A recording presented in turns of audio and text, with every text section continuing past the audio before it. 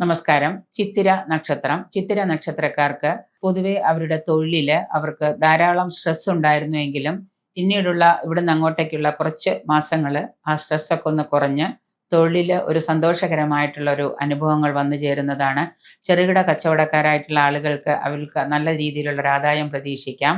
അതുപോലെ തന്നെ വലിയ വൻകിട ബിസിനസ് ചെയ്യുന്നവർക്കും നല്ലൊരു ആദായം വന്നു ചേരുന്നതാണ്. ഫാക്ടറികളൊക്കെ സ്വന്തമായിട്ട് നടക്കുന്നവർക്ക് അവിടെ തൊഴിൽ പ്രശ്നങ്ങളോ അതുപോലെ തന്നെ ചർച്ചകളും മറ്റും ഏർപ്പെടേണ്ടതായിട്ട് വന്നേക്കാം. കണ്ടകശനിയുടെ കാലഘട്ടമായതുകൊണ്ട് തന്നെ ഏർപ്പെടുന്ന കാര്യങ്ങളിലൊക്കെ നിങ്ങൾക്ക് കുറച്ച് സ്ട്രെസ് എടുക്കേണ്ട വരുന്ന സമയമാണ്. തൊഴിൽ ലഭ്യത ഉണ്ടാകുമെങ്കിലും അതിൽ നിങ്ങൾക്ക് മാനസികമായിട്ട് പൊരുത്തപ്പെട്ടു പോകാൻ കുറച്ച് സമയമെടുക്കും. ഊഹക്കച്ചവടത്തിലൊക്കെ വിജയം നല്ലതുപോലെ വന്നു ചേരുന്നതാണ്. നിങ്ങൾ ഏർപ്പെടുന്ന കാര്യങ്ങളിലൊക്കെ ലാഭം പ്രതീക്ഷിച്ച് ചെയ്യുന്ന കാര്യങ്ങളിലൊക്കെ ചിലപ്പോൾ ചില പൊരുത്തക്കേടുകളൊക്കെ വന്നുപെട്ടേക്കാം. അതുകൊണ്ട് സാമ്പത്തിക കാര്യത്തിൽ ജാഗ്രത പുലർത്തുന്നത് നന്നായിരിക്കും.